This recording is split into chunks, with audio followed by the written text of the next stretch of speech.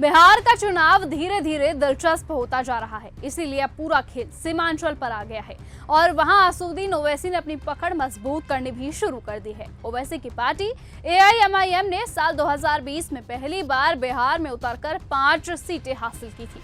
हालांकि बाद में उनके 4 विधायक आरजेडी में चले गए थे, लेकिन ओवैसी ने तो ये दिखा दिया था कि अगर मुस्लिम वोट थोड़ा भी बटा तो नुकसान सीधा तेजस्वी यादव को होता है। ऐसे में सीमांचल में अब असदुद्दीन ओवैसी की एंट्री सिर्फ शोर शराबा नहीं बल्कि ये सीधा चुनावों को हिलाने वाला कदम साबित हुआ है। ओवैसी ने सीमांचल में सार्वजनिक रैलियां भी तेज कर दी हैं और सीधा ये संकेत दिया है कि मुस्लिम वोट अब भीख नहीं मांगेगा बल्कि अपनी अलग पहचान और मांगों के साथ खड़ा होगा। इससे जिस राजनीतिक तस्वीर का जन्म होता दिखा है वो साफ है, पुराने समीकरणों में दरार और हर दल के लिए गणित की नई गुत्थी। ऐसे में यहीं से सवाल उठता है, क्या ओवैसी आने से नीतीश कुमार को फायदा होगा?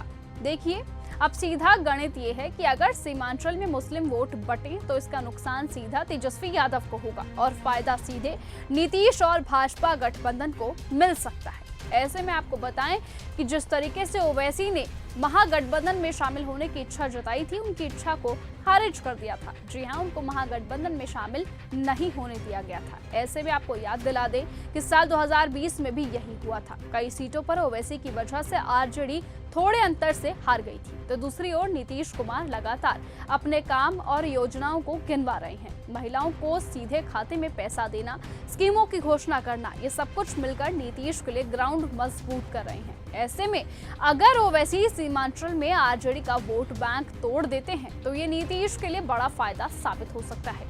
यानी हो सकता है कि ओवैसी नीतीश को फायदा पहुंचा दे। कुल मिलाकर तस्वीर अब इसीलिए साफ है कि बिहार में इस बार मुकाबला 3 तरफा है। एक तरफ है तेजस्वी यादव, दूसरी ओर है नीतीश और भाजपा का गठबंधन और तीसरा है ओवैसी, जो दोनों को परेशान कर रहे हैं। इसलिए अब सवाल यह है कि क्या सीमांचल का ये नया समीकरण नीतीश कुमार को फायदा दिलवाएगा? क्या भाजपा को जितवाएगा या फिर असदुद्दीन ओवैसी कोई और बड़ा उलटफेर कर सकते हैं? बता दें कि ओवैसी के लिए अभी तस्वीर साफ नहीं है। कयास यहां तक लगाए जा रहे हैं कि असदुद्दीन ओवैसी अब नीतीश कुमार का साथ दे सकते हैं, यानी कि उनको अगर वो सामने से फायदा नहीं पहुंचाएंगे तो वो पीछे के रास्ते से उन्हें फायदा पहुंचा सकते हैं। लेकिन फिलहाल इन सभी सवालों का जवाब, इन सभी अटकलों पर विराम बिहार के विधानसभा चुनाव लगाएंगे। लेकिन तब तक के लिए आप बने रहिए और ऐसे ही देखते रहिए न्यूज गंगा। नमस्कार। अगर आपको यह हमारा वीडियो पसंद आया हो तो इसे लाइक और शेयर करना बिल्कुल ना भूलें। साथ ही हमारे चैनल न्यूज गंगा को सब्सक्राइब और फॉलो जरूर करें ताकि देश और दुनिया की हर बड़ी खबर आप तक सबसे पहले पहुंचे।